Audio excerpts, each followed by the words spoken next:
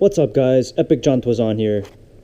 Today I will be doing a oil change on my 2012 Acura TSX Special Edition. So I figured I would make a quick video on my new DD. Here we go. So the first thing you'd want to do is make sure you have the oil. So on the oil cap it should tell you what you need. Here it's OW20 and I will be using OW20 Mobile 1, and for the filter I'll be using the Pirelli synthetic filter, but of course you also have your choice of filter and oil. That's just what I'm using for today. Next, what you're going to want to do is set up your jack. You have 4 jack points, 2 in the front and 2 in the rear. There's 1 on each side of the car, so definitely look underneath the car. There's usually a little ledge. I'll show you right here. I don't know if you guys can see that. Let me get a flashlight. And there's a little ledge here. Usually you can see outlined for you to put your jack. Once you have it jacked up, use a jack stand to secure it. Just in case your jack fails, it's always a good safeguard and a good practice to use it. And then I will see you underneath the car. So now we are underneath the car. Once your car is jacked up and secured properly, you're going to need to remove the skid plate. Now the skid plate is held on by Phillips head screws, more like plastic pieces. Just be careful not to crack them when you're pulling them out. But there is 1, 2, 3, 4 on each side, so 8 total.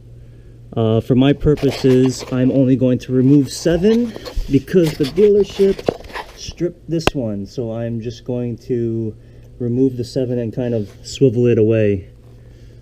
So yeah, you guys can do that. And once you have the skid plate on, I will see you back here.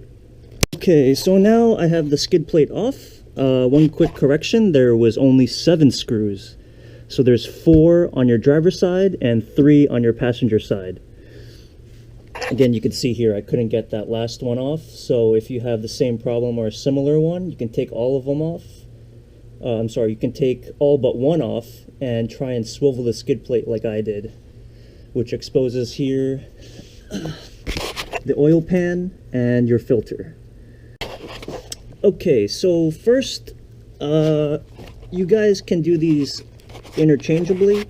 I usually like to take out the oil drain plug first, drain the oil pan, and then remove the oil filter. But you could do it either way. You could remove the oil filter and then drain the pan. Either way works. So first I will do the drain and then the actual oil filter. Okay, so you'll want to position your pan a little bit farther out away from your oil pan. Just because when you loosen this bolt, it's going to start shooting out. So just anticipate for that. The size of the oil pan, oil drain plug is 17 millimeter. So I have a wrench here and I'm just going to loosen it slowly.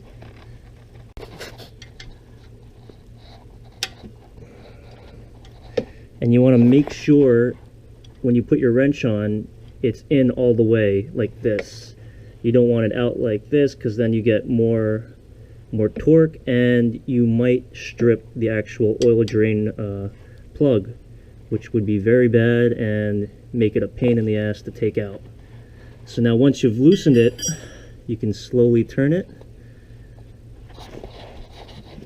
Make sure your oil pan is underneath it. What I've done is I also put a cardboard just in case it starts to leak or it starts to splatter somewhere. Kind of saves your garage floors and takes away time for cleaning up. So now what I'm doing here is I've already completely unthreaded it. This is your last chance to kind of make sure your oil pan is in a good position, and then what I'm going to do is just let it go and see where it lands. Whew. Well, luckily I've made it. So this is what I was talking about. There's a little bit of an arc, so just anticipate for that. And then let's just let it drain. So now, since we're letting that drain, we can check out my other toy, my '02 Subaru WRX. Update on that, I recently just swapped the rims and tires.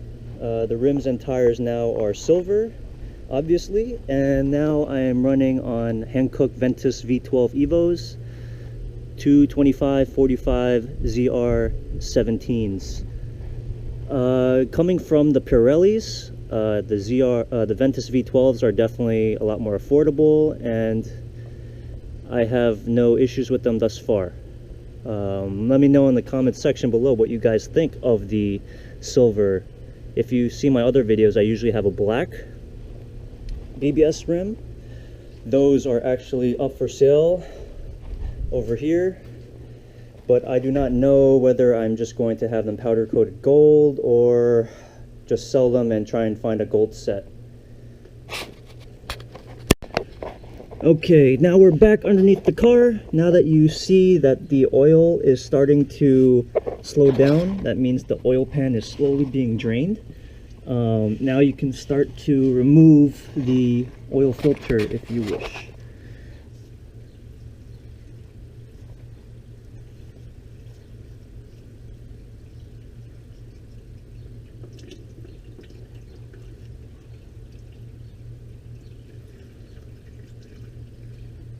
And a good thing to do is have some paper towels handy, or wear gloves. Actually, both. And then just be careful, because this oil filter is going to be full of oil. You don't want to drop it and then have it splatter everywhere. Now, I do recommend the Purelator Pure 1 oil filter. It's yellow in color, and it's also textured on the outside, which makes it easier to grab.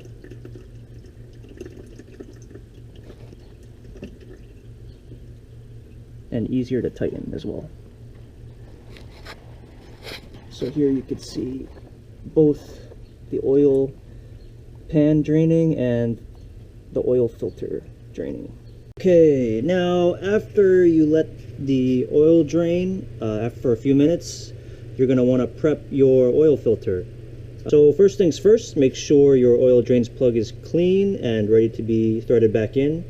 You want to make sure there's no rocks or debris or dirt stuck in the threads, because that could increase your chances of cross-threading or stripping the threads inside the oil pan.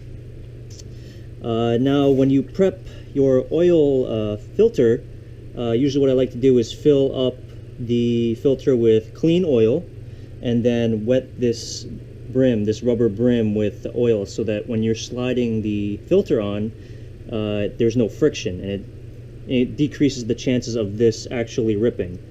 It just creates a better seal, and I don't know, it just gives me more peace of mind. So we will do that.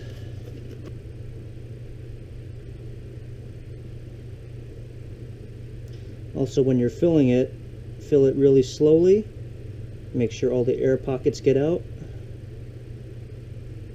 Now, it doesn't have to be all the way to the top, just enough to kind of help clear out the air pockets. And then I just like to kind of get the residue off of here, and then wet the outside brim.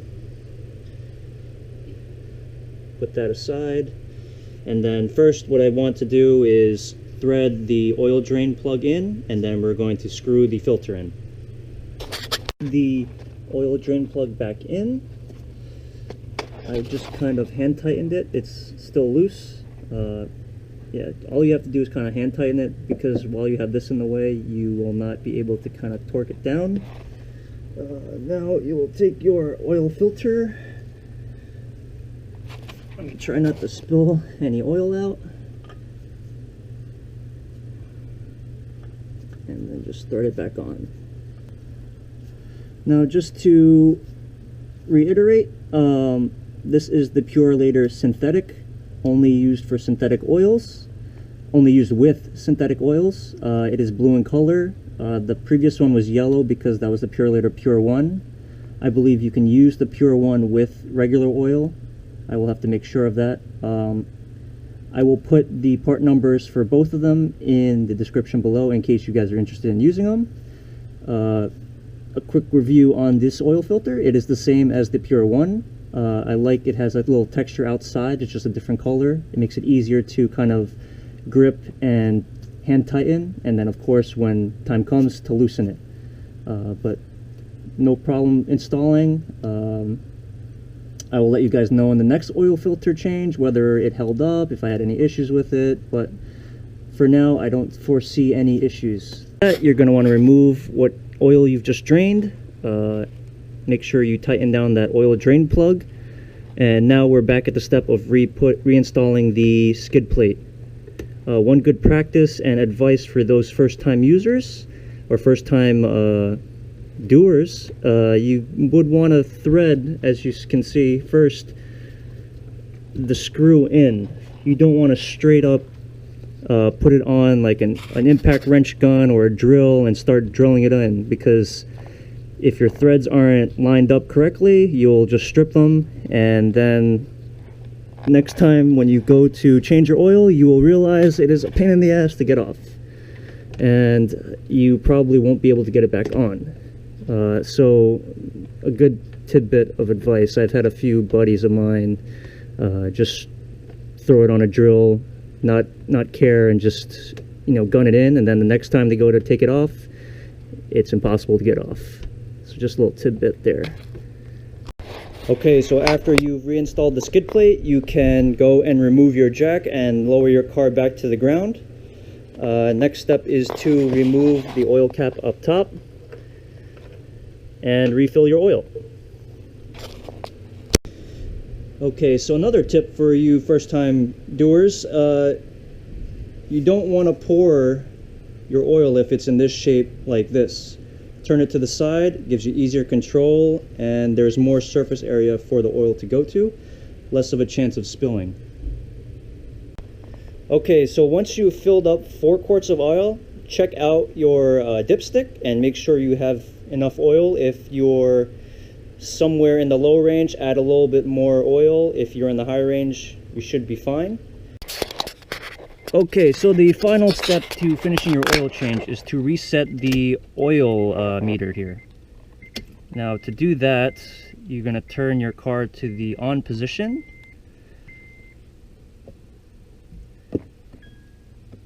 And then your car may start at this, but just keeps pressing this trip odometer thing, whatever it is, till you get to the oil life. Then hold it down. It's approximately 10 seconds, and then it will bring up a menu to either reset or cancel. So there is the menu. So you're just going to twist the knob to the left so that the reset button is highlighted, and then hold the button down again. And that should reset your oil life to 100%. And that should conclude your oil change for your 2012 Acura TSX. If you have any questions, leave them in the comment section below, and I will get back to you as soon as I can. Thanks for watching this video. Please hit the like and subscribe button, and I will catch you guys on the next video. See ya.